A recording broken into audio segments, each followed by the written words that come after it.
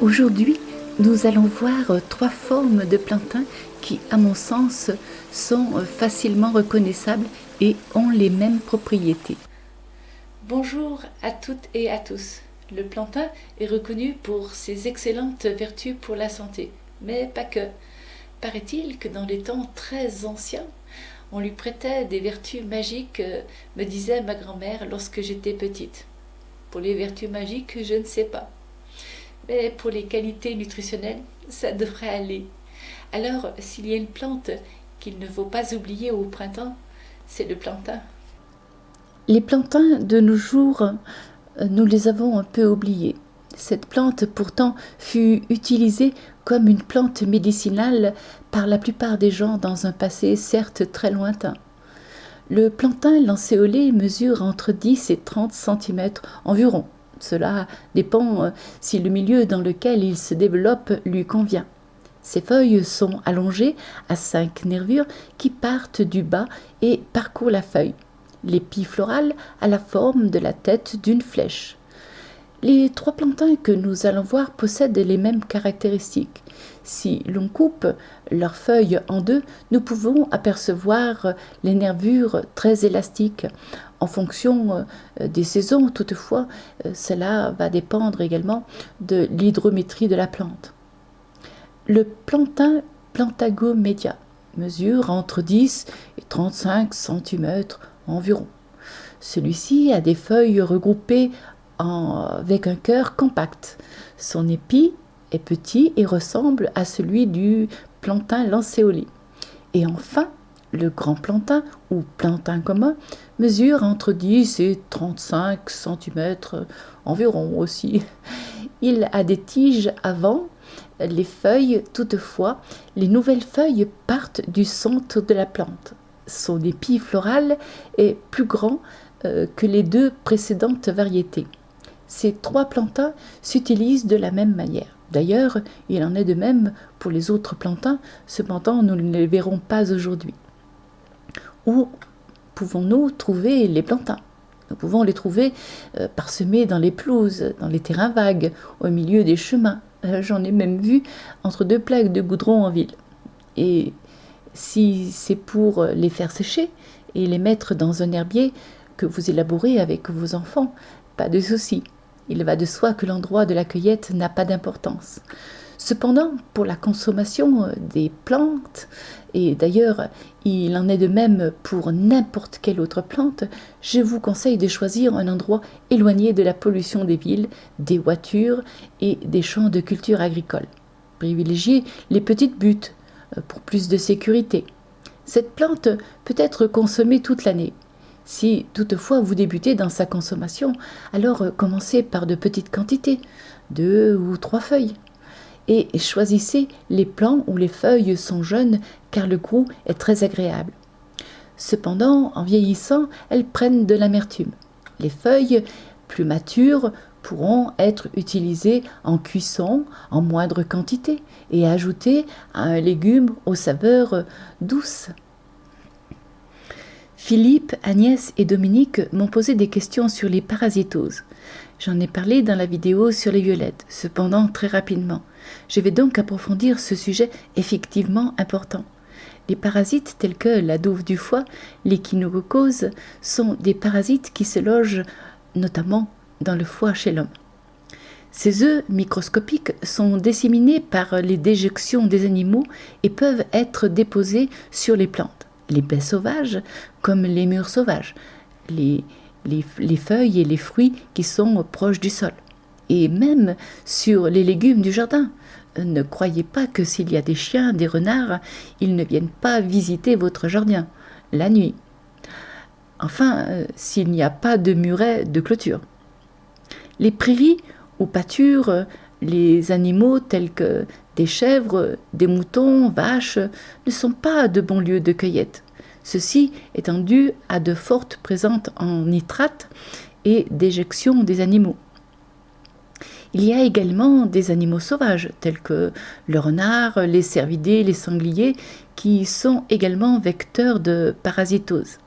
Évidemment, les plantes, légumes protégés sous serre seront sans contamination parasitaire. Néanmoins, les productions de nos jardins, les produits des maraîchers à l'air libre ne peuvent pas être totalement exempts de risques. Les risques, éventualités de contamination, sont risques que si nous ne les connaissons pas. Ma grand-mère disait, concernant les plantes, il y a 2 éventualités. Je sais ou je ne sais pas. Pourtant, il n'y a qu'une seule possibilité. Je sais. Sinon, je ne m'aventure pas à cueillir et à préparer. Nous n'allons pas arrêter de consommer les légumes ou les plantes face à cette difficulté. Il y a des moyens simples. Premièrement, commencez par nettoyer soigneusement les plantes, puis les mettre à tremper dans de l'eau vinaigrée.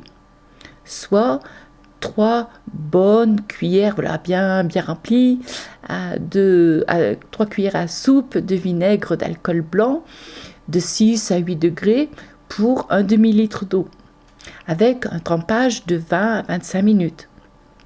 Et un bon rinçage permettront de limiter tout risque. Si votre vinaigre est moins alcoolisé, il suffit d'augmenter la quantité. Quant à la cuisson, elle assure une sécurité à partir de 60 degrés. Savez-vous ce que vous risquez en consommant certains produits du commerce de grande distribution? Il vaut mieux éviter le sujet. Ces produits affinés se veulent raffinés et ne sont pas excellents pour notre organisme. Et nous en sommes responsables, vous et moi. Les viandes bien rouges, les carottes, les tomates, les pommes de terre sans tache. On nous a appris à consommer des produits affinés sur la forme, le calibre, orientés vers des couleurs qui flashent, la texture en bouche et les saveurs bien souvent éloignées de leur origine. Je pourrais évoquer les pesticides, les produits pour la conservation, etc. Bref, nous avons dans nos assiettes de la nourriture déjà digérée. J'exagère un peu, mais pas tant que cela. En tout cas, pour certains d'entre nous, notre organisme ne sait plus digérer les aliments que nous consommions autrefois et nos perceptions cognitives s'en trouvent manipulées à notre insu. Et cette problématique alimentaire concerne beaucoup de personnes. Avez-vous vu ces brioches sans croûte? Pensez-vous que cela soit pour notre bien? Et je ne parle pas de la composition. Au travers de la nourriture, c'est d'une certaine façon notre pensée qui est impactée, une orientation vers de l'affiné sucré. Les nouvelles pousses ne sont pas encore là. Les plants que vous voyez du plantain lancéolé sont des plants matures, anciens. D'ailleurs, vous avez remarqué, l'épi floral est complètement sec. Je voulais que vous puissiez avoir quelques jours pour votre récolte de jeunes feuilles. Principe nutritif du plantain. Le plantain contient des sels minéraux, calcium, potassium, soufre, des tanins, des vitamines A, B1, B2, PP, C. Cette composition permet d'utiliser cette plante très utile aussi bien en usage interne qu'externe. Le plantain est reconnu astringent, qui signifie qu'il resserre les tissus, cicatrisant, dépuratif, diurétique, expectorant, qui signifie qu'il facilite l'expulsion des mucosités qui obstruent les voies respiratoires. Les bronches. Il est utilisé également pour soulager les rhumes, la grippe, bronchite, mais pas que. Les piqûres d'insectes, de plantes, les petites plaies, l'acné. Pour soulager les problèmes respiratoires, toux, rhume, inflammation de la bouche, du pharynx, faire une infusion avec des feuilles. Tous les plantains ont les mêmes propriétés. Cette préparation déposera une fine pellicule apaisante. En infusion, 1,5 g de feuilles fraîches pour 1 litre d'eau, que l'on peut boire dans la journée. C'est une plante que l'on peut trouver toute l'année, donc il est inutile de la faire sécher. Le plantain soulage les piqûres d'insectes et atténue l'acné. La composition de cette plante, par ses propriétés, neutralise le venin de certains insectes comme les taons, les moustiques, les abeilles, les guêpes et orties. Elle peut être utilisée pour arrêter les saignements des petites plaies et améliorer ensuite la cicatrisation, notamment en cataplasme. Pour les piqûres d'insectes ou d'orties ou pour l'acné, il suffit d'écraser là ou les feuilles et de frictionner l'endroit. En cuisine, alors là, vous avez le choix. En salade, épinards, potage ou simplement pour accompagner un autre légume, que ce soit des tomates, du riz, des haricots, etc., etc. Si c'est la première fois que vous consommez cette plante, limitez-vous à 2 ou 3 feuilles. En fait, ça dépend surtout de la taille de la plante. Juste pour voir si votre machine digestive lui accorde la bienvenue. Je vous propose une recette de ma grand-mère, le plantain aux pommes. Quant aux proportions dans les recettes de cuisine, elle m'a appris à ne jamais rien mesurer, ce qui, vous en conviendrez, me demande quelques essais pour vous transmettre les quantités. Pour préparer le plantain aux pommes pour une personne, il faudra trier, laver 5 à 7 grammes de feuilles de plantain, puis les mettre dans un plat avec un demi-litre d'eau et 3 cuillerées à soupe de vinaigre. Cette opération serait indispensable si vous souhaitez préparer une salade. Nous allons faire cuire les plantains, alors cette opération est facultative.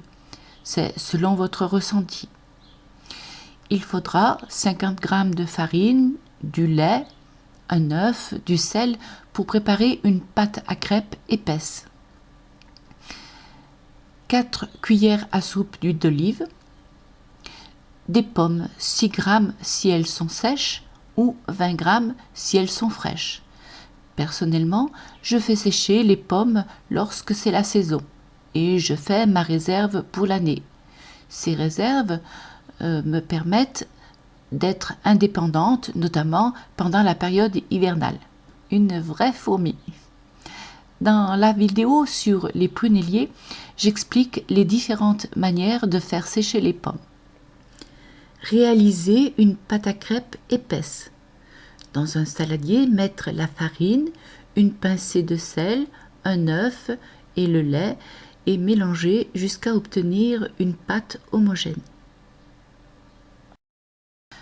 Je voulais vous parler des ustensiles de cuisine, notamment de la poêle. Celle-ci me vient de ma grand-mère. Elle est parfaite. Les aliments ne collent pas et le nettoyage est facile et elle a une durée de vie, il faut le reconnaître, plutôt longue.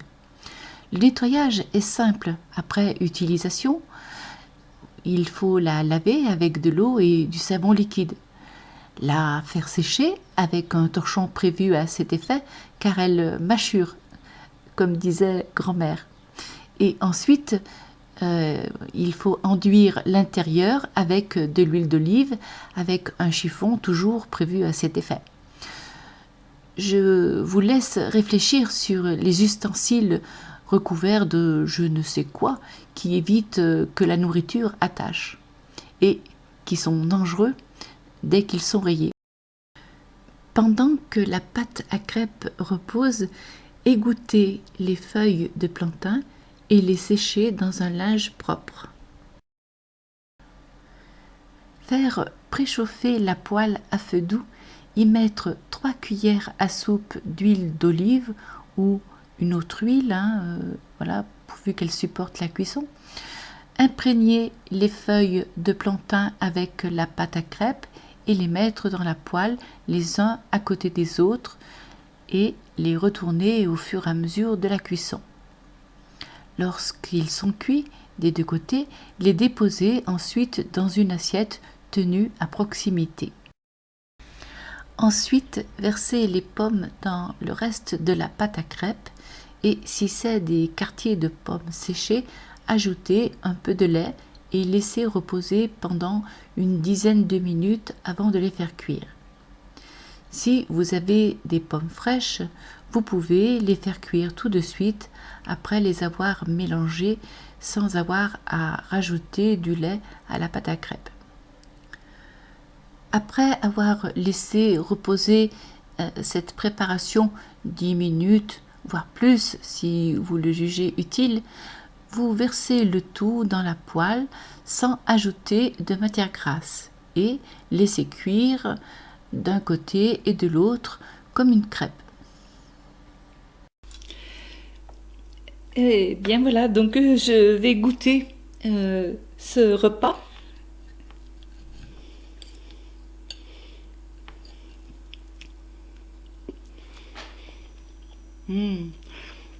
Ça me rappelle, il y a très longtemps que je n'en ai pas préparé, vraiment très très longtemps, des années. Ça me rappelle mon enfance, c'est vraiment extraordinaire. Pour ça, je vous remercie. Hein. Les vidéos, finalement, je les fais un peu pour moi. Je partagerais bien avec vous, mais c'est pas possible. Ce qu'il y a de bien avec ce plat, c'est qu'on peut le manger soit salé, soit sucré. En fait, ça va dépendre de ce que vous choisissez d'y mettre dessus. Si vous préférez le salé, vous allez saler votre plat. Moi, c'est ce que j'ai fait, hein, je l'ai salé. Mais en fait, vous pourriez le sucrer, c'est possible. Il n'y a pas de souci. Voilà, cette vidéo est maintenant terminée. Je vous remercie de partager avec vos amis. Prenez bien soin de vous. Et puis, à très bientôt pour de nouvelles découvertes. À bientôt, mes amis.